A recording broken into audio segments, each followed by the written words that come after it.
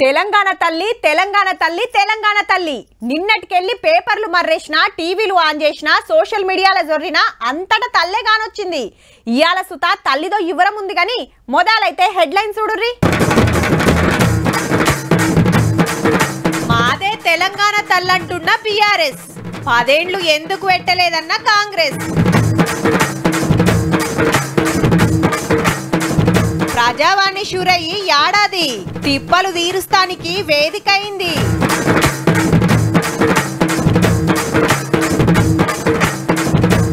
ముదిరిన మంచి ఫ్యామిలీ లొల్లి కొట్టుకున్నారు బౌన్సర్లను పెట్టి.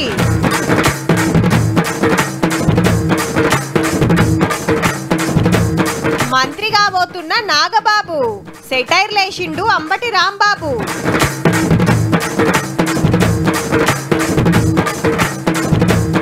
మస్తు పిరమైన ఎగ్స్ తిన్నది నయమట కోడి లెగ్స్. అందరికి మతికే ఉండొచ్చు, తెలంగాణ ఉద్యమం టైంలో అందరూ బండ్ల నెంబర్ ప్లేట్ల మీద టీజీ అనే రాసుకొని తిరిగినాం. ఏపీ పేరు కనబడితే ఎమ్మటే కర్రె రంగు రుద్ది టీజీ అక్షరాలు రాసేది.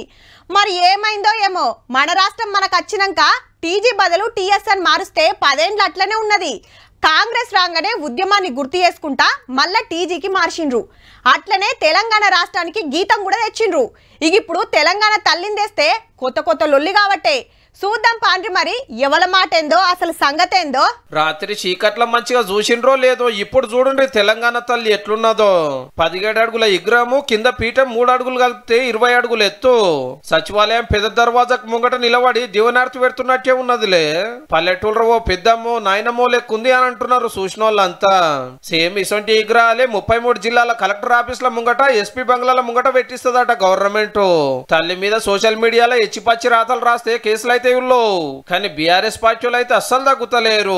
ఈమె తల్లే కాదు, మేం తెచ్చిన విగ్రహమే తెలంగాణ తల్లి అని ఇలా పాలాభిషేకాల కార్యం పెట్టుకున్నారు అంతటా. దాన్ని తెలంగాణ వాదులుగా మేమందరం కూడా తిరస్కరిస్తా ఉన్నాం. మేము ఉద్యమ సమయంలో పెట్టుకున్నటువంటి ఉద్యమ తల్లే మా తెలంగాణ తల్లి అని. కేసీఆర్ రూపకల్పన చేసిన తెలంగాణ తల్లే అథెంటిక్ తల్లి అని చెప్పి మీరు అంటున్నారు కదా. మరి అంత నమ్మకం మీకు ఉన్నప్పుడు ఈ 10 సంవత్సరాలలో ఒక్క తెలంగాణ తల్లి విగ్రహాన్ని కూడా మీరు ఎందుకు ప్రతిష్ఠించలేదు? అవు మరి 10 ఏళ్ళు పవర్లున్నా 100 కోట్లు వచ్చి ఇంత పెద్ద సచివాలయం కట్టినా, 20కి మీద కొత్త కలెక్టర్ ఆఫీసులు కట్టినా ఒక్కటంటే ఒక్క విగ్రహం కూడా పెట్టలేదు. మన తల్లిని పెట్టడానికి జాగా దొరకలేదో పైసలకు తిప్పలు ఉండేనో. ఆడాడ చౌరస్తల కాడ పెట్టినవి కూడా ఉద్యమం టైం నాటియే. దిగిపోయే ముంగట అమర్ల బంగ్లా ముంగట ఒకటి పెట్టిండ్రు గాని ఈమె మన తెలంగాణ తల్లి అని అధికారికంగా గుర్తింపు అయితే ఇయ్యలే. సర్కారు వాళ్ళు జీవో ఇస్తేనే కదా లెక్కలకు వచ్చేది. కాంగ్రెస్ వాళ్ళు రాగానే విగ్రహం తెచ్చిర్రు. 33 జిల్లాల ఏలుబడి నడిచే సచివాలయం మాకిట్లా బాజాబ్తో పెట్టిండ్రు. గవర్నమెంట్ తరఫున జీవో ఇచ్చిండ్రు. ఇక రూల్స్ ప్రకారం ఈమె తెలంగాణ తల్లి అన్నట్టు. అయ్యో మా గడిల రాని లెక్క లేదు, గరీబుల దేవత లెక్క ఉంది. మా గడిల రాని ఉండాలి, కిరీటాలు ఉండాలి, వజ్ర వైరీటాలు ఉండాలి, దొరసాని లెక్క ఉండాలని చెప్పి కేటీఆర్ మళ్ళీ మేము దొరసాన్ని తీసుకొచ్చి పెడతామని చెప్పి తెలంగాణ కోసం రాసిన పాడిన స్తూపం చెక్కిన 9 మంది కవులు కళాకారులకు 1 కోటి రూపాయలు 300 గజాల జాగియాలని గవర్నమెంట్ డిసైడ్ చేసింది కదా. విగ్రహాలేమో తెలంగాణ తల్లి పేరు పెట్టిండ్రు, కానీ ఒక్క ఆడబిడ్డకు కూడా మీరు గౌరవం ఇవ్వలేదు. మా విమలక్క పనికిరాదా మీ లిస్టులో? మా పిఓడబ్ల్యూ సంధ్యక్క పనికిరాదా? మా భూమి సంధ్యక్క పనికిరాదా? మా బెల్లి లలితమ్మ మీకు గుర్తు లేదా? వాజివే అందరికి గుర్తింపు రావాల్సిందే. కానీ మనం 10 ఏళ్ళు పవర్లు ఉన్నాం కదక్క. ఒక్కళ్ళంటే ఒక్కళ్ళనన్నా గుర్తించినమా? తాపకింత మంది కాసరైనా ఇప్పటివరకు అందరికి ఆ గౌరవం మర్యాదను దక్కుతుండే. మన ఏల్వల్ల రాష్ట్ర గీతం లేకపోయే, తెలంగాణ తల్లి లేకపోయే, ఉద్యమాలకు గుర్తింపు రాకపోయే. వీళ్ళు వచ్చిన ఏడాదిలోనే ఒకటి చేస్తుంటే అధికారం పోయినాక ఇప్పుడు గుర్తొస్తున్నట్టున్నాయి అక్కకు.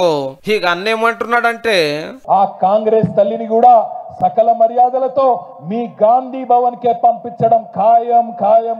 నీ నాలుక కోసం బిడ్డ కేటీఆర్ మళ్ళొక్కసారి మీరు దాన్ని టచ్ చేసే అవకాశం కూడా తెలంగాణ ప్రజలు మీకు మళ్ళొకసారి ఇయ్యరు. మీరు అధికారంలోకి వస్తే కదా ఆలోచన చేసేది. ఇక బీజేపీ ముచ్చటకు వస్తే తెలంగాణ తల్లి మంచిగానే ఉన్నది కానీ బతుకమ్మ పెడితే ఇంకా బాగుండే అంటున్నారు. విగ్రహాల రాజకీయం మాత్రం చేస్తున్నారు. తెలంగాణ తల్లి సొమ్ములని కాంగ్రెస్ వాళ్ళు దోచేసుకున్నారట. తెలంగాణ దోచేసుకున్నాడు కేసీఆర్. ఇక మల్లకిత్త సంధి తెలంగాణ రాష్ట్ర గీతం జయ జయ హే తెలంగాణ పాటను తెలంగాణ తల్లి విగ్రహాన్ని స్కూల్ పోయిలలో పాఠం కింద పెట్టాలని డిసైడ్ చేసిండ్రు.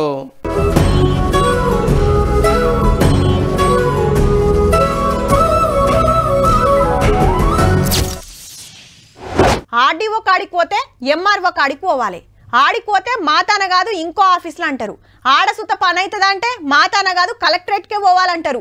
తిరిగి తిరిగి యాస్టకు వస్తుంది అనుకో రాదుర్రి. ఒక్కో ఆఫీసర్ కోసం ఒక్కో ఆఫీస్కు తిరగకుండా అందరు ఒక్కతానుంటే బాగుంటుంది కదా. అందుకే ప్రజావాణి పెట్టిండ్రు. ప్రతి సోమవారం కలెక్టరేట్కి పోతే అందరు ఆడికే వస్తారు, ఆడనే దరఖాస్తులు ఇవ్వచ్చు. ఇంకా జల్దిన కావాలనుకుంటే ఆ తెల్లారి గీడ నడుస్తుంది. కాంగ్రెస్ సర్కార్లో ప్రజావాణి కార్యం పెట్టి ఏడాది అయింది. ఏలువల్లకు వచ్చిన తెల్లారే ప్రజాభవన్లో సురువు చేసి పబ్లిక్ తన దరఖాస్తులు తీసుకున్నారు. ప్రతి మంగళవారం శుక్రవారం 2 రోజులు పెడితే ఎక్కడెక్కడికెళ్ళో సితం వచ్చేది పబ్లిక్. సమస్యలు తస్వ చేస్తానికి నోడల్ ఆఫీసర్ ను పెట్టిండ్రు. అప్పుడప్పుడు మంత్రులు పోయి అరుచుకుంటున్నారు. లెక్కకైతే ఇలా పొద్దుగాల జరిగేది ఉంటే ఏడాది సంబరాల బిజీలుండి పొదుముఖంగా పబ్లిక్ తిప్పలిన్నాడు చిన్న సీఎం బట్టి సారు. ఎన్ని ఇబ్బందులు వచ్చినా ఈ ప్రజావాణిని నడిపిస్తాం. పోడేవసం మీద ఎప్పటికెళ్ళో లొల్లి నడుస్తుంది కదా. ఫారెస్ట్ వాళ్ళు ఎవరిని సతాయించొద్దు, జల్దిగానే సమస్యలు తీరుస్తామని హామీ ఇచ్చిండు. అన్ని చోట్ల మొత్తం ఈ ట్రైబల్ అటవీ ప్రాంతాల్లో వ్యవసాయం చేసుకునే రైతులందరూ కూడా సోలార్ పవర్ ని పెట్టుకోవడం కోసం కావాల్సిన ఏర్పాట్లు చేయమని. ఇక మునుపు లెక్కనే ఆరానికి 2 రోజులు ప్రజావాణి నడుస్తుంది. ఏ తక్లీఫ్ ఉన్నా ప్రజాభవన్కి వచ్చి దరఖాస్తులు కంప్లైంట్లు ఇవ్వచ్చు.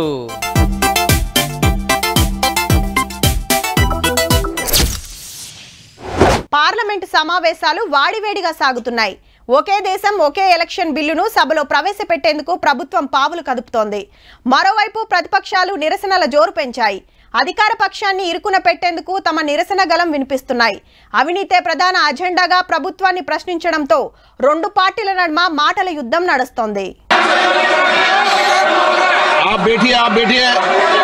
పార్లమెంట్ లో ఇయ్యాల కూడా గదే రచ్చ. ప్రధాని సార్ రావాలి, అదాని అవినీతి మీద చర్చ పెట్టాలనేది Congress group demand. Speaker podium చుట్టూ ఏరి జోరు పెంచితే అటుకెళ్లి సర్కార్ వాళ్ళు గరం అయ్యిండ్రు.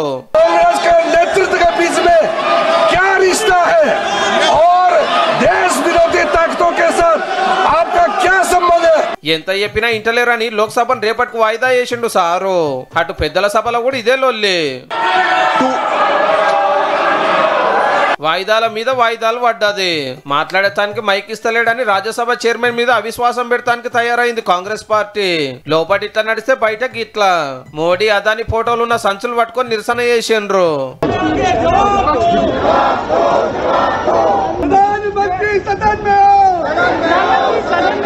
ఇంతలోళ్ళు అవుతుంటే ప్రధానమంత్రి సార్ పార్లమెంట్ కు వస్తలేడు, ప్రతిపక్షాలకు సమాధానం చెప్తలేడు.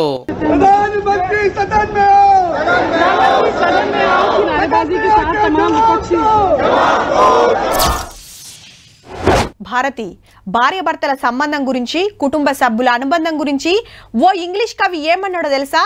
The relationship between 2 persons of a family must be like a fish and water, but it should not be a fish and a fisherman.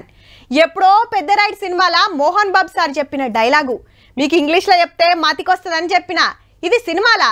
ఇక సారోళ్ళ ఇంట్లో ఏం నడుస్తుందంటే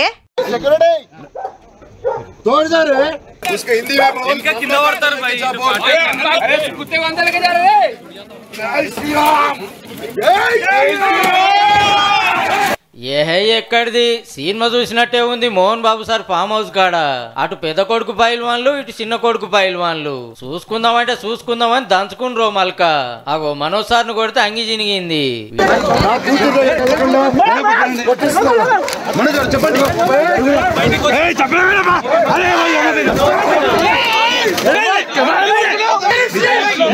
వీడియోలు తీస్తుండే ఇలేకర్లను ఎంటవాడి గెదిమి కొట్టిండ్రు విష్ణు గారి బౌన్సర్లు.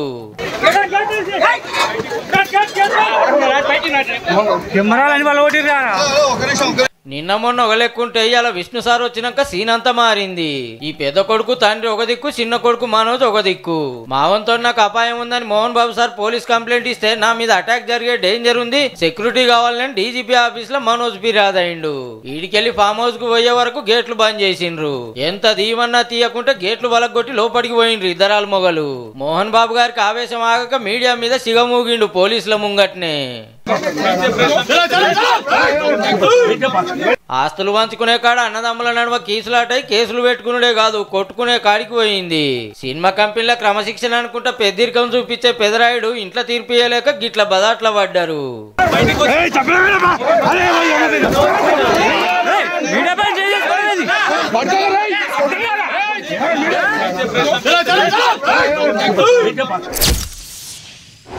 అదేందో గాని ఏ ఫ్యామిలీలో జరిగిన చిత్రం మెగా ఫ్యామిలీలో జరిగిందబ్బా.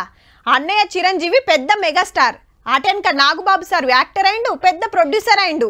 తమ్ముడు పవన్ సార్ ఎంట్రీ ఇచ్చి పవర్ స్టార్ గా పతారా చూపించిండు. సినిమా ఇండస్ట్రీలో ముగ్గురు మొనగాళ్ళనేది. అటెన్క అన్నయ్య రాజకీయాలకు వస్తే ఇద్దరు తమ్ముళ్ళు అదే తొవ్వల పోయిండ్రు. కాలం కలిసిరాక సారు పాలిటిక్స్ కు ప్యాకప్ చెప్తే తమ్ముడు ఇంకో పార్టీ పెట్టి 10 ఏళ్లకు ఆంధ్రాకు చిన్న సీఎం అయిండు. ఇక ఇప్పుడు గీసారు. కొన్నిదేళ్ల నాగబాబు అనే నేను అని ప్రమాణం చేస్తానికి తయారైతున్నాడు సారు. అవు మంత్రి పదవి ఇస్తున్నట్టు సాటింపేసిండు సీఎం చంద్రబాబు సారు. ముహూర్తం ఇంకా పెట్టలే గాని సినిమాలో టూరిజం శాఖ ఇస్తారనేది ప్రచారము. అగో ఎమ్మెల్యే కాకుండానే మంత్రి ఎట్లయితాడు అంటారా? ఎమ్మెల్సీ పదవి ఇచ్చి అటు ఇంకా మంత్రిని చేస్తారట. కేబినెట్ లో 25 మందికి ఛాన్స్ ఉంటే 24 మందే ఉన్నారు. పొత్తుల ప్రకారం జనసేనలో 4 మినిస్టర్లు అయ్యేది ఉంటే 3 ఉన్నారు. పార్టీ వచ్చినప్పటి సంది తమ్మునికి తోడుండి ఒక పారి ఎంపీ కోడి ఇప్పుడు ప్రధాన కార్యదర్శి ఉన్న నాగబాబు సారు 4వ మంత్రి అవుతుండన్నట్టు. ఏహే సర్కార్ అంటే మల్టీ స్టార్ సినిమానా ఇంటోళ్ళంతా మినిస్టర్లు రైతానికి అని వైసీపీ వాళ్ళు ఎడ్డిస్తున్నారు. పదవికి ఎక్కేది ఎన్నడో గానీ అప్పుడు తమ్ముడు చిన్న ముఖ్యమంత్రి, అన్న మంత్రి, ఇటు నాయన ముఖ్యమంత్రి, కొడుకు మంత్రి. పొత్తుల సర్కార్ అయినందుకు 2 పార్టీలకు 2 కుటుంబాలకు సమన్యాయం జరిగినట్టు.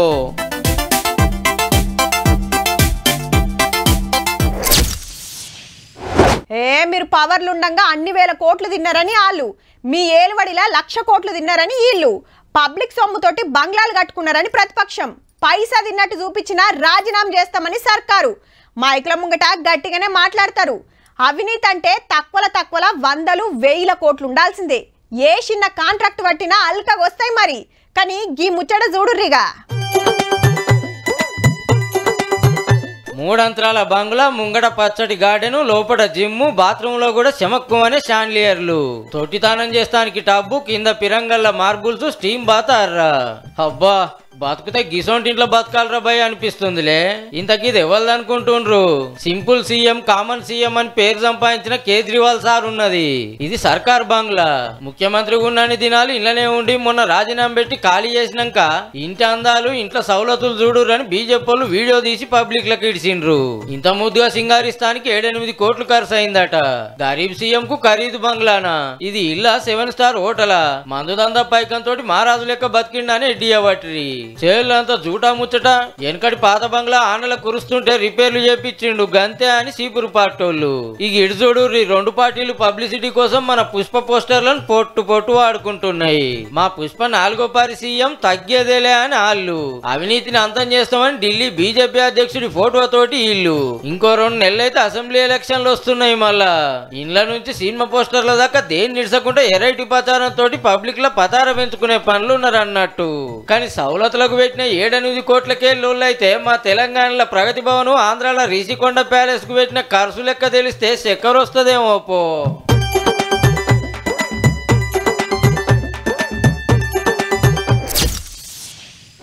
అరే వాడేంద్ర ఎప్పుడు చూడు కడుపు నొస్తుంది, కాలు నొస్తుందని వంతాడు. గా మల్లిగాని కొడుకు కూడా గంతేరా. పోరడు 25 ఏండ్లో ఉంటాడు కానీ ఎప్పుడు కుసకుసే ఉంటాడు. నా గుడి నడమ గట్లనే ఉంటుందిరా. 4 అడుగులేస్తే దమ్మొస్తుంది. ఇగో 4 కలిసిండ్రా అంటే ఏదో టైంలో గీ ముచ్చట్లు పక్కా వస్తాయబ్బా. ముత్యమంది షేప్ మాట్లాడుకొని ఊకుంటారు కానీ గట్లెందుకు అవుతుందో ఆలోచన చేయరు. అప్పటికే నేనున్నాని గిది ఉరికొస్తూనే ఉన్నది. తెలంగాణలో 30 దాటినోళ్లకు కొత్త దోస్తు షేక్ హ్యాండ్ ఇస్తున్నాడు. లో ఇంటి పక్కకో ఇన్స్టాగ్రామ్ లోనో కాదు, మీ పేయిలనే ఉంటాడు పరాకతిగా. టెస్ట్ చేస్తే గాని బాడీలకు జొర్రిందే తెలియదు. ఏ గదేనుల్లా షుగర్ బీమారి. దేశంలో కొత్తగా చక్కెర రోగం వస్తున్న పేషెంట్లల్లా మహారాష్ట్ర ఫస్ట్, పంజాబ్ సెకండ్ ఉంటే మనం 3వ జాగలో ఉన్నామంటే చూడుర్రి.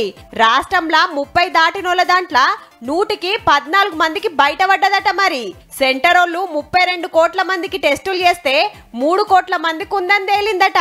మన తాన 1,75,00,000 మందికి టెస్టులు చేస్తే 24 లక్షల మంది షుగర్ ఉన్నోళ్ళని తేలింది. అందులో ఎక్కువ మట్టుకు మగోళ్లే. ఇక టెస్టులు చేయనోళ్ళు, షుగర్ ఉన్న తెలియనోళ్ళు ఇంకెందరున్నారు?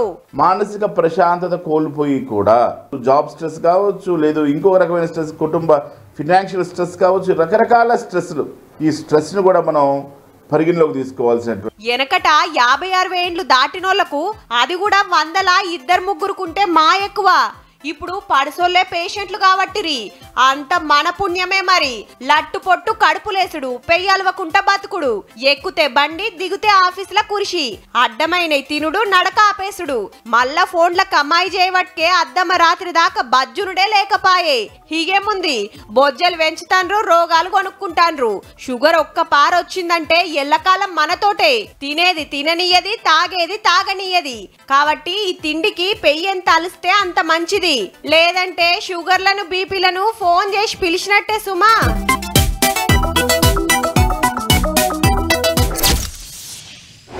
గుడ్డులో అధిక మోతాదులో పోషకాలు ఉంటాయి. Vitamin B12, vitamin D, calcium, ప్రోటీన్లు, ఆరోగ్యకరమైన కొవ్వులు పుష్కలంగా ఉంటాయి. సెలేనియం, ఐరన్ వంటి ఖనిజాలు గుడ్డులో లభిస్తాయి. గుడ్లు తినడం వల్ల ఎముకలు బలంగా మారతాయి. గుండె ఆరోగ్యానికి కూడా కోడిగుడ్డు మంచిది. ఇగో ఇట్లా చెప్తుంటారు డాక్టర్లు, న్యూట్రిషన్లు. ఆలదేమున్నది, ఎన్నన్నా చెప్తారు. గుడ్డు తినుడంటే మామూలు ముచ్చట్నా అంటుర్లే. నిజమేనుల్లా, గా ముచ్చడే అది మర్చినా. టమాటా కంటే తక్కువ కాదు, చిక్కుడుకాయ కంటే చిన్నగా కాదు, ఆనక్కాయ కంటే అలకగా కాదు, ఆలుగడ్డ కంటే అగ్వేం లేదు. గట్లనే ఉన్నది మరి కోడిగుడ్ల కథ. ఉడకబెడతామంటే ఉరుకుతాంది, ఆమ్లెట్ వేస్తామంటే అలుగుతాంది. రేట్లు చేయవట్కే. నిన్న మొన్నటి దాకా 5 రూపాయలు అమ్మిన గుడ్లు ఇప్పుడు 7-8 వలకబట్టే. అమ్మో గంతన అంటే ఇంకో రూపాయి. 7 లెక్కేసుకున్న డజన్ గుడ్లకు 84 రూపాయలు. ఇక కేసు 210 రూపాయలు పెట్టాల్సిందే. హీగేముంది, డజన్ కొనాలనుకునేటోళ్ళు అర డజన్ కొనాలనుకునేటోళ్ళు 1-2 కొంటాన్రు. ఇప్పుడు ఒక డజన్ కొనడానికి వచ్చాను, కానీ ఆ కోడిగుడ్లు కొనే బదులు మాకు చికెన్ తీసుకోవడమే బెస్ట్ అనిపించింది. చికెనే తీసేసుకుంటున్నాం. ఇంట్లేం కాయగూర లేకుంటే 4 ఉల్లిగడ్డలు కోసి 2 గుడ్లు కొట్టేస్తే ఆ పూట వెళ్ళిపోతుంది. ఇక చలికాలంలా చాలా మంది గుడ్లకు ఎగబడతారు గరిమి కోసం. కానీ కోళ్ల ఫారాలకెళ్ళి సప్లై తగ్గి రేటు పెరిగిందట. మాకే 6 రూపీస్ ఉన్నప్పుడు నేను 7 రూపీస్ అమ్మాల్సి వస్తుంది. 7 రూపీస్ అని కస్టమర్ ఏమంటే కస్టమర్ తీసి ఒప్పుకోడు కదా. గాయ అన్న చెప్పినట్టు కోడిగుడ్లకు బదిలీ దానమ్మని తిన్నదే నయముంది పోర్రి.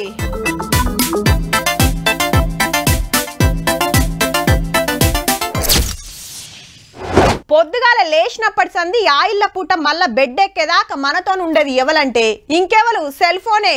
1 నిమిషం కనబడకుంటే కింద మీద అవుతుంటారు. మెసేజ్ వచ్చినా రాకున్నా తాపకోపారి వాట్సాప్ ఓపెన్ చేసుడు, చూసుడు, మళ్ళా జేబులో పెట్టుకునుడు. జరసేపైనాక మళ్ళా తీసి ఫేస్బుక్కో, ఇన్స్టాగ్రామో, యూట్యూబో ఓపెన్ చేసి పాటలు, రీల్స్ చూసుకుంటా కూకుంటే టైమే ఏర్పడది.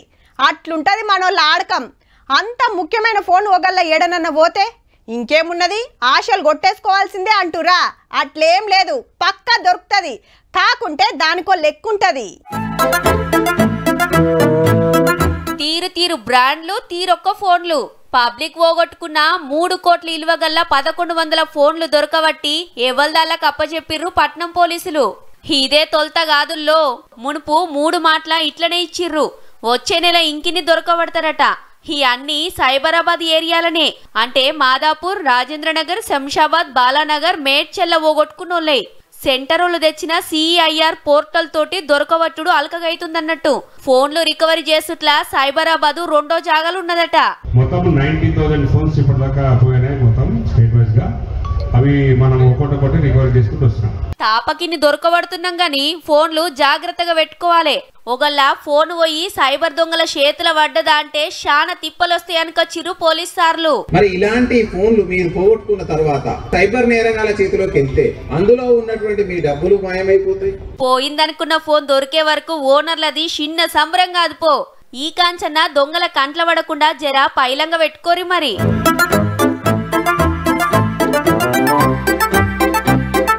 చూసిండ్రు కదా. ఇక ఇవుళ్ళ ఇయాల్టి తిన్మార్ ముచ్చట్లు ఉంటామల్లా. నమస్తే.